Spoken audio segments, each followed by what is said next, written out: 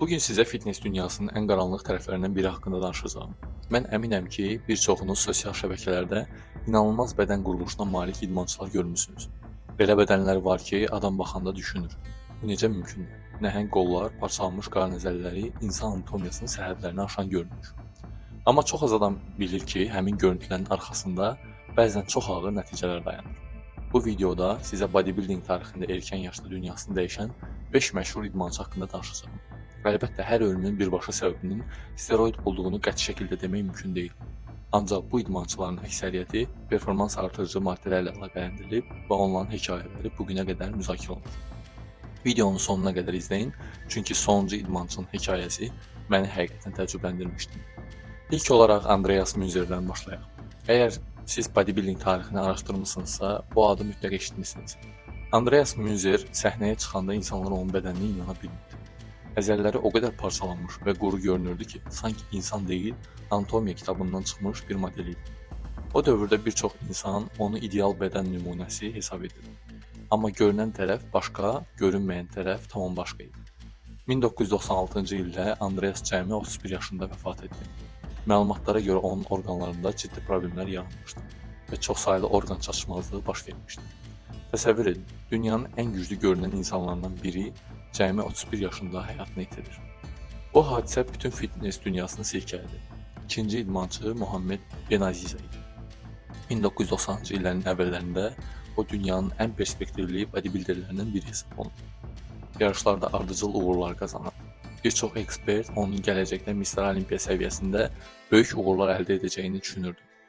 Lakin 1992-ci ildə cəmi 33 yaşında həyatını itirdi. Ən qəribə məqamlardan biri odur ki, bir gün əvvəl o səhnədə yarışmışdı. Tamaşaçılar onu alqışlayırdı.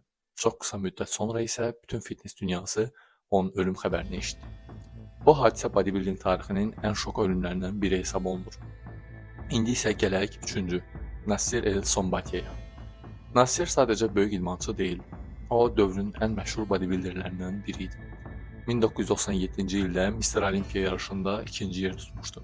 O dövrdə onun bədən ölçüləri insanları heyrətə gətirirdi. Nasser milyonlarla fitness həvəskarının kumiri. Ancaq illər keçdikcə onun sağlamlığında ciddi problemlər yaranmağa başladı.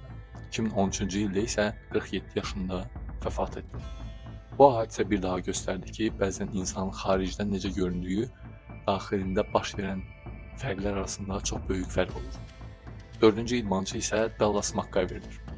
Məncə bu siyahının ən kədərli hekayələrindən biri Dallas'ın ölümüdür. Çünki Dallas hələ yolun başlanğıcında idi. Bir çox insan onu gələcəyin Mr. Olimpiya çempionu hesab edir. Gənc yaşında böyük uğurlar qazanmışdı. Bədəni inanılmaz sürətlə inkişaf edir. Ancaq 2017-ci ildə cəmi 26 yaşında dünyasını dəyişdi. 26 yaş. Bir çox insanın həyatının yeni başladığı yaş. Onun ölümündən sonra yayınlanan məlumatlar fitness dünyasında uzun müddət müzakirə edildi. Bir çox hadisə, bir çox gənc idmançını ciddi şəkildə düşündürdü. Və nəhayət Rich Piana. Əgər fitness videoları izləyirsinizsə, yəqin ki onu tanıyırsınız. Rich Piana milyonlarla insan tərəfindən izlənilən məşhur bodybuilder idi. Onu digərlərindən fərqləndirən əsas xüsusiyyəti isə steroid istifadəsini gizlətməməsi idi. O bu mövzu haqqında açıq danışırdı. Maraqlısı budur ki, həyatının son illərində gənclərə tez-tez xəbərdarlıq edir və onları düşünülməmiş qərarlar verməyə çağırırdı. 2017-ci ildə isə 46 yaşında vəfat etdi. Onun ölümü bütün dünyada manşetlərə çevrildi. İndi isə gəlin bir anlıq düşünək. Bu videoda haqqında danışdığımız insanların hamısının bir ortaq xüsusiyyəti var idi. Onlar milyonlarla insan arzuladığı bədənə sahib idilər. Onlar güclü görünürdülər. Onlar məşhur idilər. Ancaq həyat bizə bir şeyi dəfələrlə göstərib. Güclü görünmək həmişə sağlam olmaq demək deyil. Mən bu videonu heç kimi qorxutmaq üçün çəkmirəm. Mən sadəcə bir həqiqəti göstərmək istəyirəm. Fitness çox gözəl bir şeydir.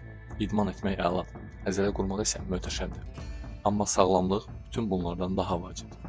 Əgər bir gün seçim qarşınızda qalsanız, böyük əzələləri yox, sağlamlığı seçin. Çünki itirilmiş əzələni yenidən qazanmaq olar. Amma itirilmiş həyatı geri qaytarmaq mümkün deyil. Videonu bəyəndinizsə like etməyi və kanala abunə olmağı unutmayın. Növbəti videolarda görüşənədək. Hələlik.